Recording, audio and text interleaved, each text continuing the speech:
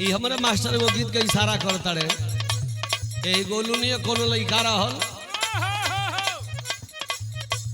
प्यार कैले भाई बबलू आ चल गई ओकर प्रेमिका ससुरा आई अभी रड़ हुए बा आ ससुरा चल गई बिया को मर्द सऊदी अरब रहता आई मौका पा गई बा गोलुआ बार बार फोन करता ओकरा पर अब तो हिया बात अपने ससुर जी से कहते के बाबूजी हई देखी ना एगो काम करी कि जब हमार वहाँ के होइए नहीं खींचे करा सब बढ़िया नहीं हरवे रहल निक बा कहला काहे रे तो कहतिया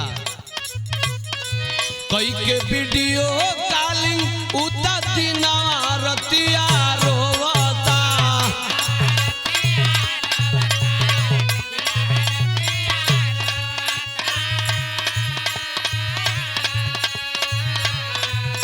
अरे कई के वीडियो कॉलिंग उता दिना रतिया रोवता अरे दिनवा रतिया रोवता विधवा को दिए बाबा नहीं हरावा यारावा जो होता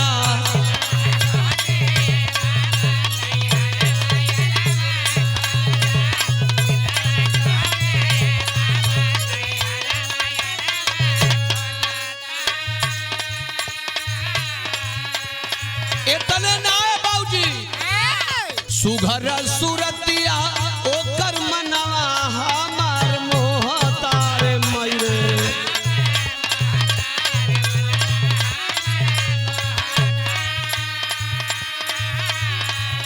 अरे मनवा हमार मोहता अबिदवा क दिए बाबा नहीं हरवा यारवा जो होता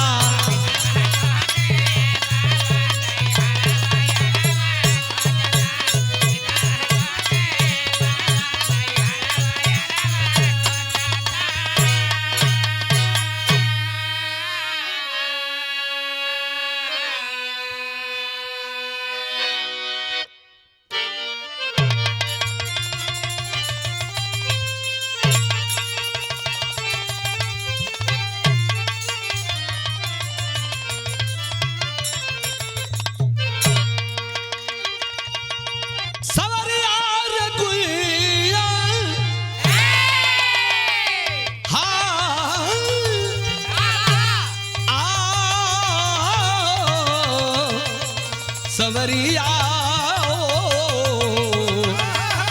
भोले बाबा जोगिया हो राम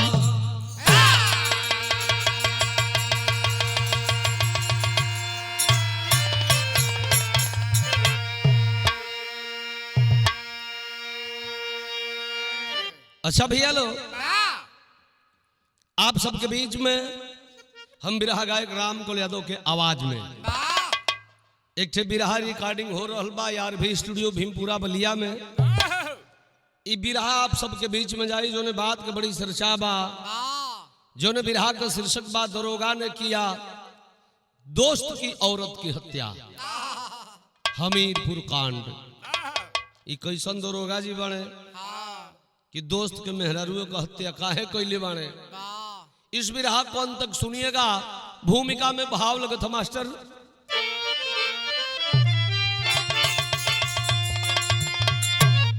भरोसा करे क्या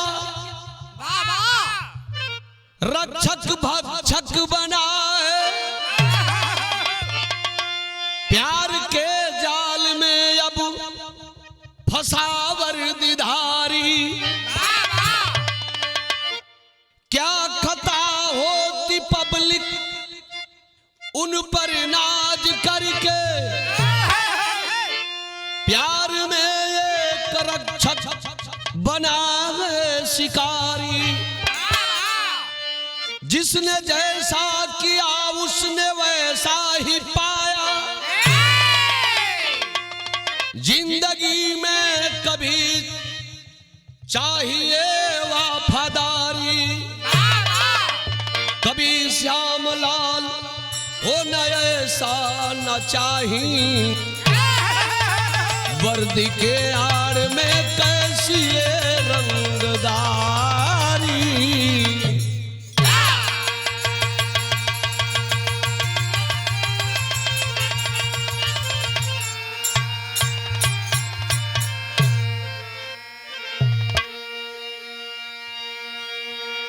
जिस वर्दी पर हम भरोसा करते हैं कि हम खतरे में होंगे तो वर्दीधारियों को बुलाएंगे, और वही वर्दीधारी हत्या कर रहा है। वारे राम राज्य बिरहा में गजल लगत मास्टर।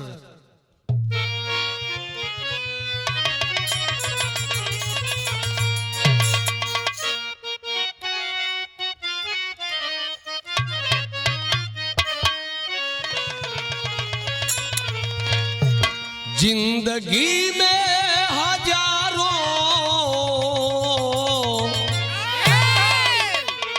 जिंदगी में हजारों का मेला जुड़ा, हंस जब जब उड़ा तब अकेला उड़ा।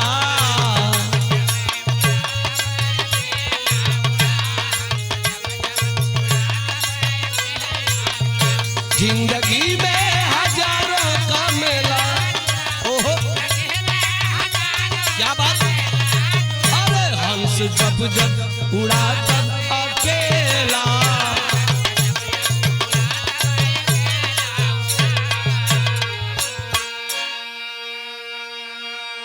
लेकिन कवि जी बिरहा में भाव लिखली हो, किस खता की सजा में, किस खता की सजा में दीवाना बना, आशिकी के भंवर में जमाना सना।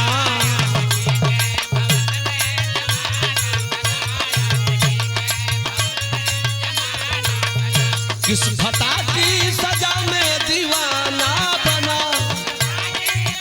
अरे जिया आशिकी के भंवर में, ओहो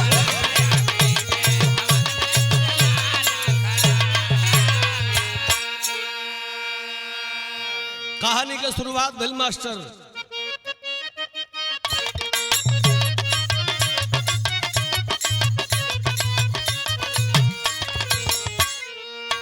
रक्षा करना परम धर्म जिसकी ड्यूटी है, मगर एक इश्क में फंसा है देखो ब्यूटी है।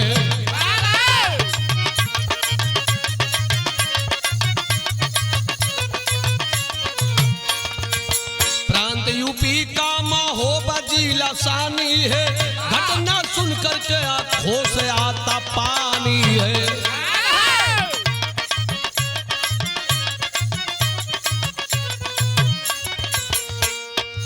इसी जनपद में कबरवी एक थाना है, अंकित दरोगा वहां प्यार का दीवाना है।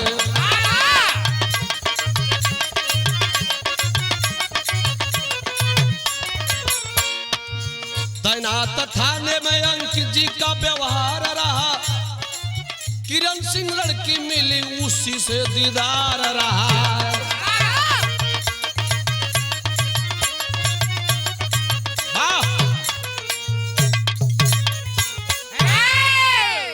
ए बाबू बात के समझ लिया जाओ। प्रांत उत्तर प्रदेश के अंतर्गत महोबा जिला, महोबा जिला में ए बाबू कबरवी थाना के अंतर्गत अंकित दरोगा जी का ड्यूटी बा, ड्यूटी पर है। किसी काम को लेकर के किरण सिंह नाम की एक बड़ी खूबसूरत महिला जो शादीशुदा है पहुंची है। देखला दरोगा जी हालांकि भगवान ने बड़ी खूबसूरत इसको बनाया है, लेकिन खैर वर्दी की भी इज्जत करनी है। कुछ कहे नहीं, लेकिन पहले दिन कुछ ना ही कहला, लेकिन कौन बात लेके किरण सिंह पहुंचल है। तनी रानी सरंगा का भाव बा, वो किरण सिंह रहल के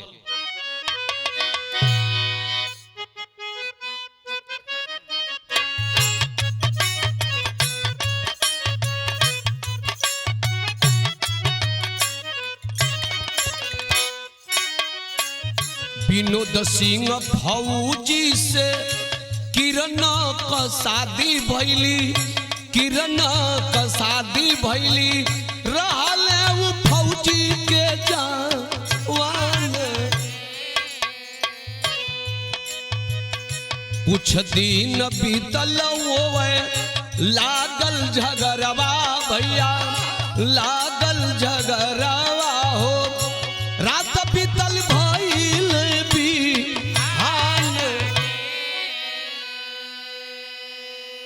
विनोद सिंह नाम के एक फौजी है जो सीआरपीएफ के जवान है, उनसे ही किरण सिंह की शादी होती है। ए भैया लेकिन ये अपने आप के हीरोइन बने, किरण सिंह, विनोद सिंह अपने आप के हीरो बने।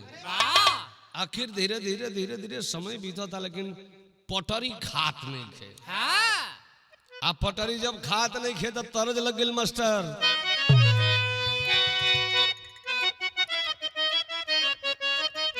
ओहो ओहो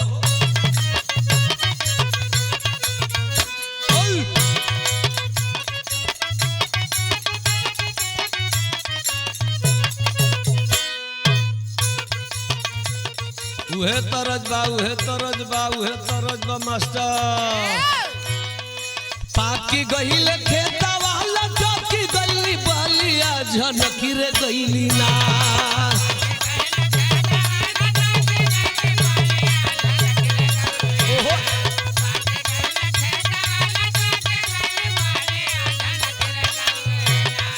पाकी गईल खेतवा लटकी गईली बलिया झनकी रे गईली ना। अरे झनकी रे गईली ना, गोहरे खेत खेत चूड़िया खनकी रे गईली ना।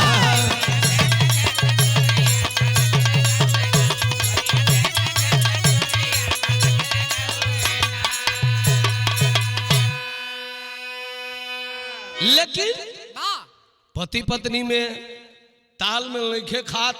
एक दिन किरण सिंह कैली है का रगरा खोज किरण चली गईली नाई हारावा सबेरावा भइले ना।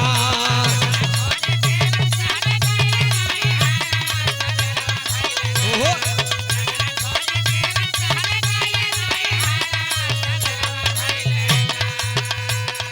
रगरा खोज किरण चली गईली नाई हारावा सबेरावा भइले ना। अरे सबेरावा भइले ना, जाके कैली ए फैयारावा सबेरावा भइले ना।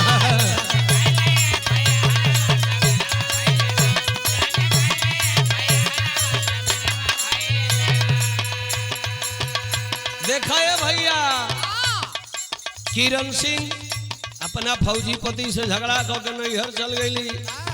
आ नैहर गईली तो नैहर से आदेश हो गई कि जा रोज रोज पीपा के झगड़ा करो तो जो FIR लिखवा दे। आ दरोगा का डंडा लगी ना तो फौजी उनका नशा उतर जाए। आखिर भइल का करे विवेचना दरोगा अंकित गइले।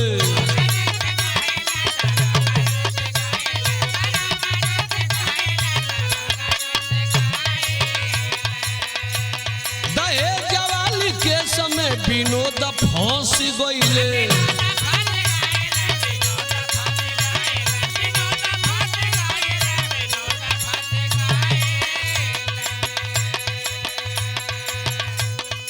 चलला मुकादमा वही कट घरवा सबेरावा भइले। अरे सबेरावा भइले ना, जाके कैली FIRवा सबेरावा भइले ना।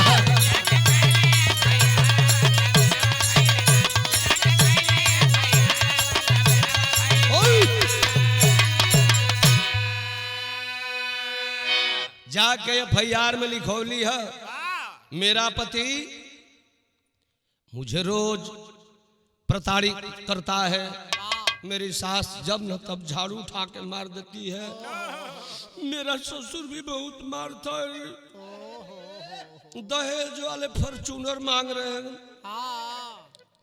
हमारे ससुराल वाले दहेज में फॉर्च्यूनर मांग रहे हैं। सर रो धो के कह जाला कि तिरिया चरित्रम दैबो न जानम। रो धो के FIR लिखौलस, विवेचना में ओकर फाइल देखे लगल अंकित दरोगा। आखिर विनोद सिंह CRPF के जवान पर दहेज प्रथा का मुकदमा लग गया। मुकदमा तो लग गई। अब ये दरोगा जी अंकित के जाल में फंस रही है। ये फौजी का मेहरारू किरनी कलश के रे तू फौजी होगा ना, ये अंकित दरोगा के लपेट आ संगे संगे जना जना थाना पर तना तना थाना पर हम तू फौजी वाला सरहद पर रहलो तोरा से भेंट ना होला देखा इनके कगरियावत है आय नियम की दरोगा के पटियावत है तो भइल का तरज लग गेल मास्टर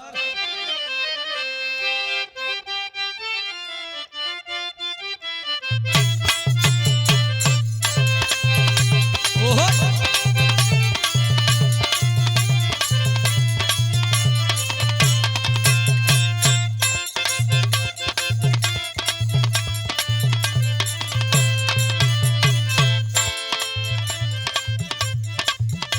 दिनेश लाल अमरपाली के कह दड़ के देखा ढेर गरमाओ मत नहीं तो हमारो खोपड़ी जब घूम जाई ना तो संग छूट जाई का कहत रे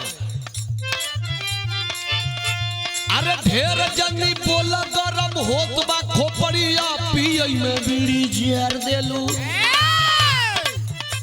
अरे ढेर जनी बोल गरम होत बा खोपड़िया पिए में बीड़ी जार देलू मोहन मोहन सोरिया पिए में बीड़ी जार देलू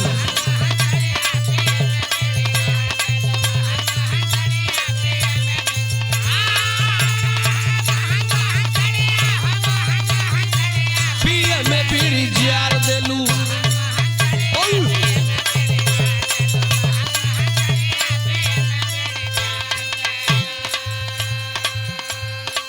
हाय देखा हो बाबू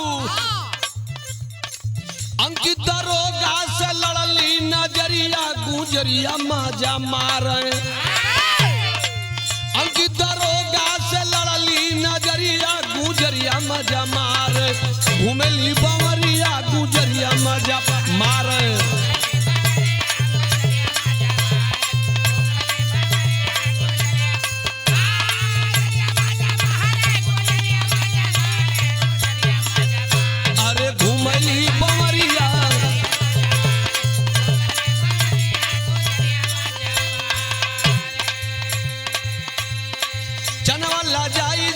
देख के सूरतिया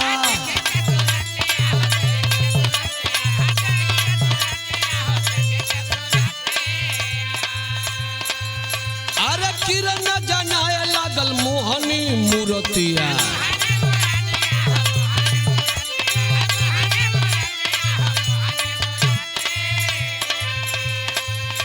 अरे दिल खोली मिले लगल ग्राउंड के भीतरिया गुजरिया मजा मारे गुजरिया मजा मार घूमेली बावरिया गुजरिया मजा मार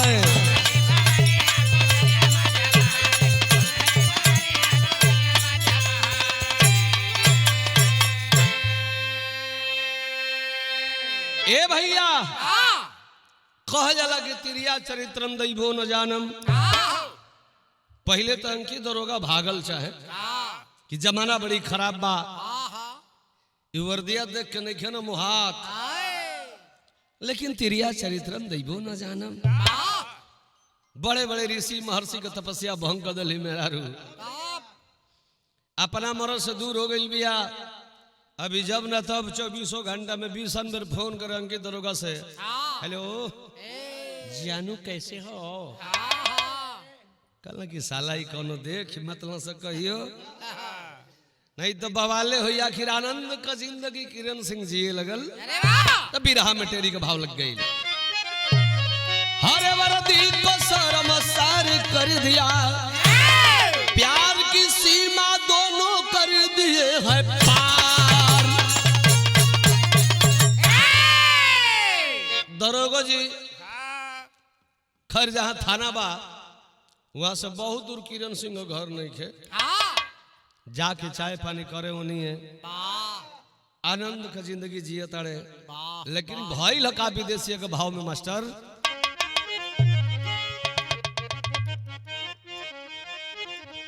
चले लागल के सकीरन दरोगा जी से मिले लगली किरण का पाता जनल राजे सहू बीरनुआ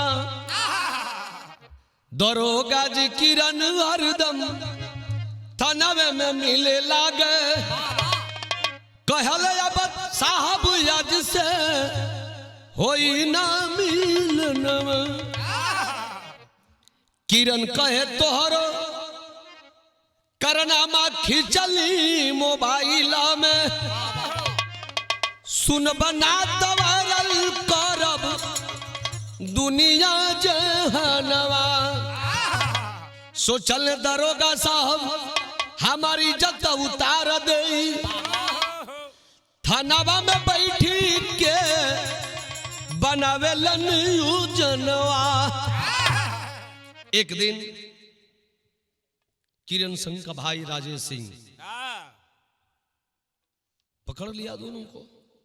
अच्छा चोरी हत्या पाप को घरी छिपी बहन के ले जाके बड़ी मार मरल हो कल करे हरामी बोल हमारा जीजा से तू मुकदमा लड़ थी दरोगा सनैन में टक्का कर थी गुलछर्रा उड़ावतड़ी कलश की भैया दरोगा से मैं शादी करूं कि उसने वादा किया है। अब धीरे धीरे धीरे धीरे दरोगा जी पर दबाव बनावे लगल। अब भैया अब इनकी चक्कर में पड़ गई। अब बस बात फोन से हो गए। दरोगो जी जाने के लगे मानी ना कहत ये वीडियो वायरल कर देवे से कि मेन मुद्दा भाई कुछ लड़का लड़किन के धमकावत सो कि नहीं मिलोगी तो तुम्हारा वीडियो बना दिया हूँ वायरल कर दूंगा। अब यहाँ किरण सिंह दरोगा जी के कहते कि ना बियाह कैलो तो तोरा संगे सुतला का हम वीडियो बनौले बनी वायरल कर दे।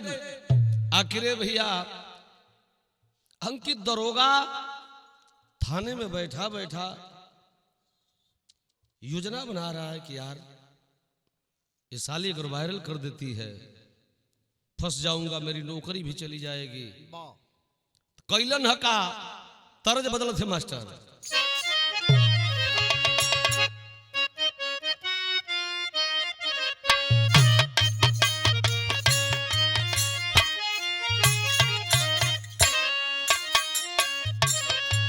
योजना बना लिया दरोगा। आखिरकार फिर मीठी मीठी बात में फसूलन हो किरण सिंह कहल कि ठीक है जब तुम्हारी वही इच्छा है तो मिलूंगा। कलर्स के जानू मिलबा ना तो एक दिन अपनी कार में हमारा के घुमा दो। कलर्स मेरा भी तो जी कर रहा है कि घुमा दूं। चलिए ली घरे से बहाना बना के जा तनी कोर्ट कचहरी। आई कौना कचहरी आई बड़ी कहाँ जाताड़ी भइल का बाबू। अरे किरण कहली साथे हमके घुमाओ। अरे करवा में हो गईली सवार वो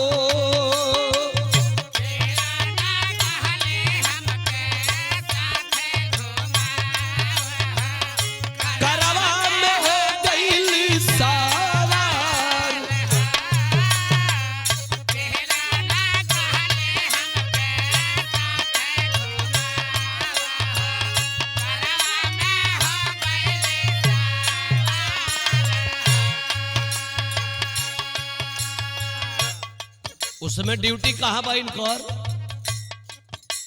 मौदाहा थाना में गईली हो। कहाँ गईली हो अंतरा लगत हो मास्टर।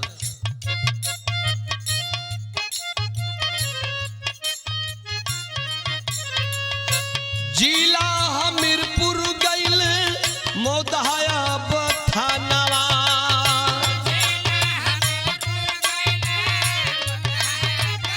थानावा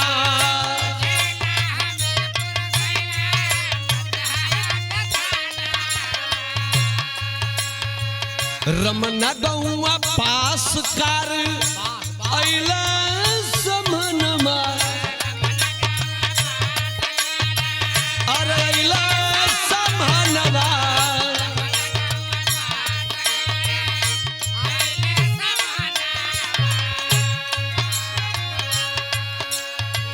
अरे बुझना ही पवली विधा ना के उहली आओ। बुझना ही पवली गोरी विधना कहलिया हो मस्ती में झूम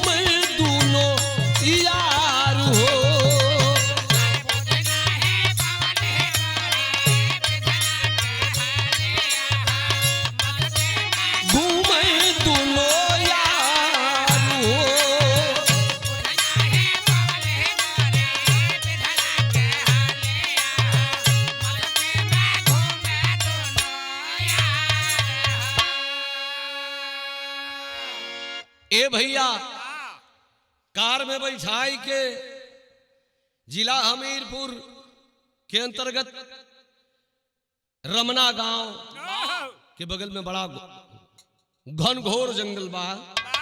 उसी जंगली एरिया से कार को लेकर के चले हैं दरोगा जी। कहलो कि बियाह करबी बोल तो से बियाह हमारा करे के बाद वही कार से उतार के आ चक्का कसे वाला राड रहल, राड निकाल के मारने लगा उसी जंगल में। तो सुरठी को भाव लगत मास्टर।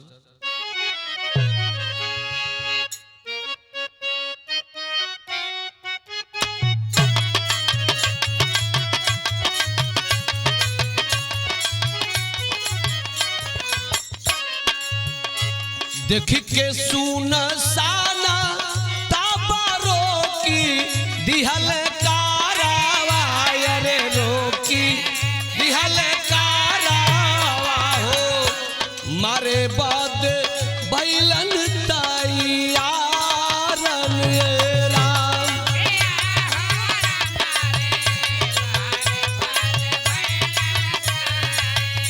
यारन राम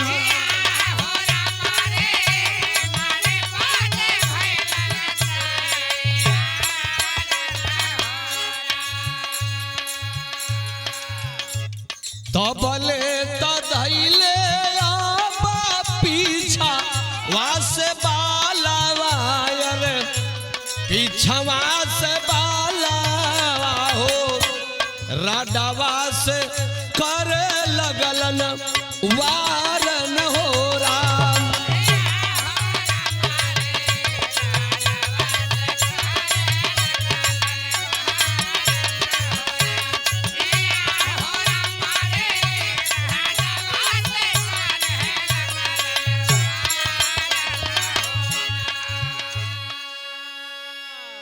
ए भैया कार से उतार के भागल चाहताड़ी, पीछे से झोटा धो के खींच के और राड से मारने लगा। वह दरोगा वो वर्दीधारी और जब मारे लगल तो हाथ जोड़ के अब ये गनगना तड़ी आ गनगना के कहलो से कहा हमारे बिरह का आखिरी तरज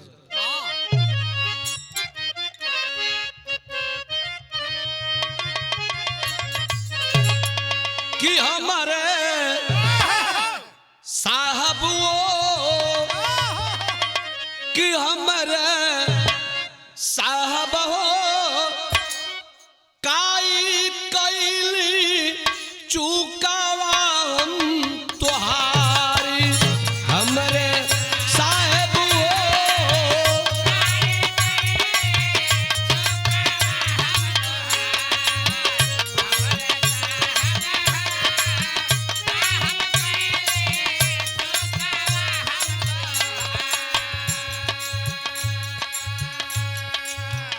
तोहरो पर हम जान छिड़कली कैली जिंदगी नाम केतना बिलखत अरे रहल किरण तब कैले रात सवार की उम्र साहब कि हमारे साहब तब निर्दयी दिहाल जान से मारी हमारे साहब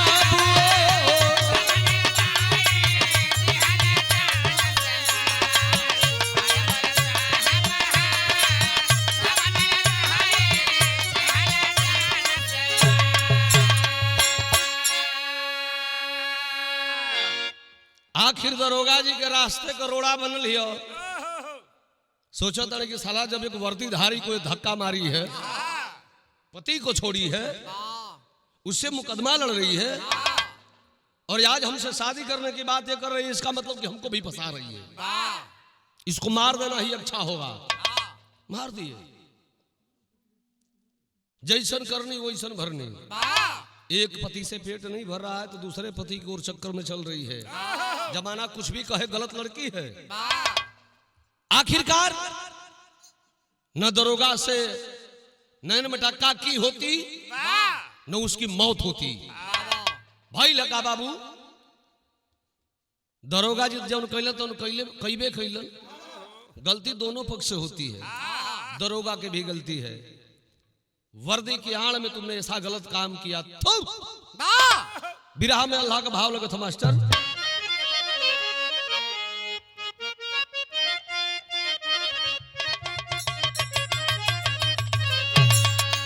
अरे वर्दी का कीमती आना, अरे बुझला दरोगा साहेब,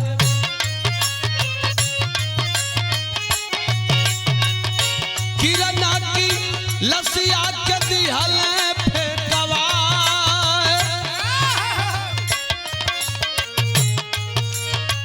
हमीरपुर जिला रमना गांव के समहनवा बाबू,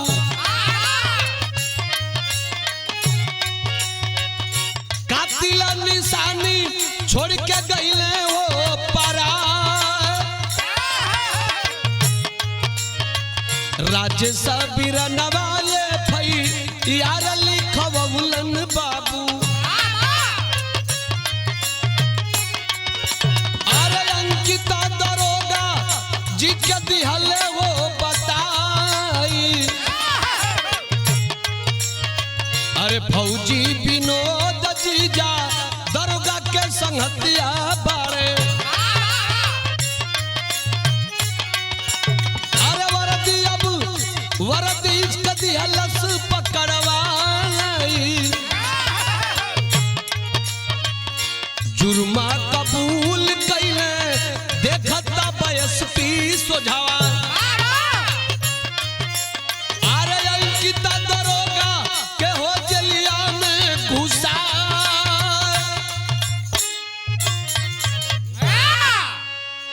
आखिर किरण सिंह के भाई राजेश जी जाकर के अपने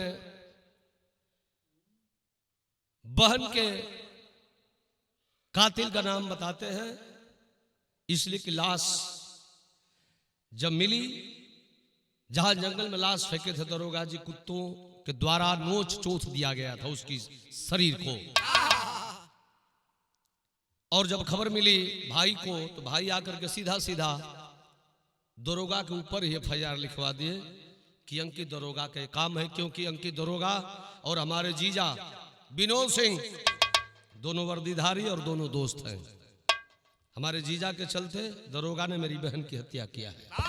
दोनों की साजिश है। पकड़े गए SP जी के द्वारा दीक्षा शर्मा जी आए और अंकित यादव को जेल के सलाखों में डाले। तो खड़ी में भाव बतावे पर मास्टर।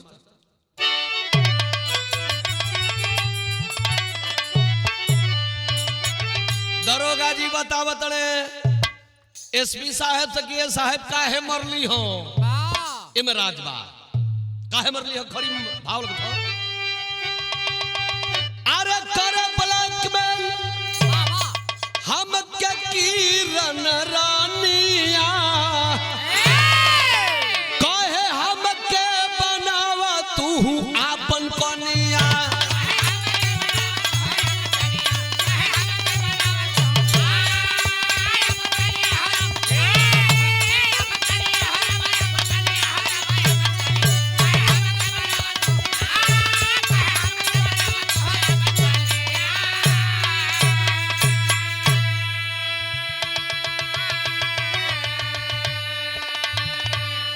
ए साहब दरोगा को होता है SP साहब से कि साहब बहुत हमें जाल में लपेटी, आखिर हमसे जबरदस्ती शादी करना चाहती थी, तो मैंने यही सोचा कि जब अपने पति का नहीं हुई तो हमारा कैसे होगी।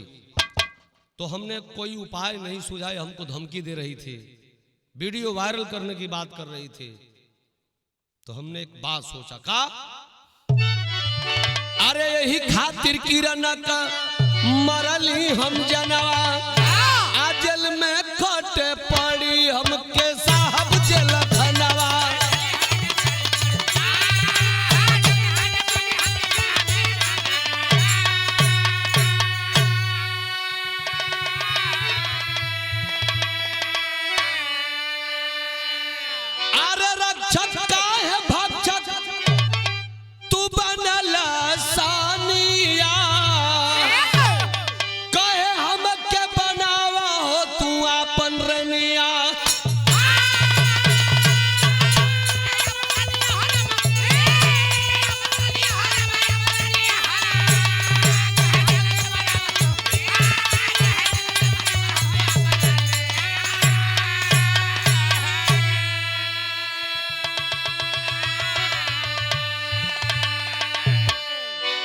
ए साहब यही मेरी गलती थी, मैंने मार दिया।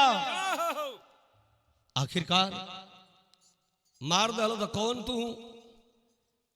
ऊपर से जज से आईजीडी या जी से परमिशन ले रहा। आखिर दरोगा जी को जेल हो गया। अब भैया जकर बेटी बहन रही हो, जैसन कैली वैसन पाइयो गईली। तो बेटी बहन तनी सावधान रह लोग। नून रोटी मिले तो खा के दिन बिता लोग। बहुत वर्दीवन के चक्कर में, बहुत सुघर सुघर लइकन के चक्कर में मत पड़ा लोग, नहीं तो सावधानी हटी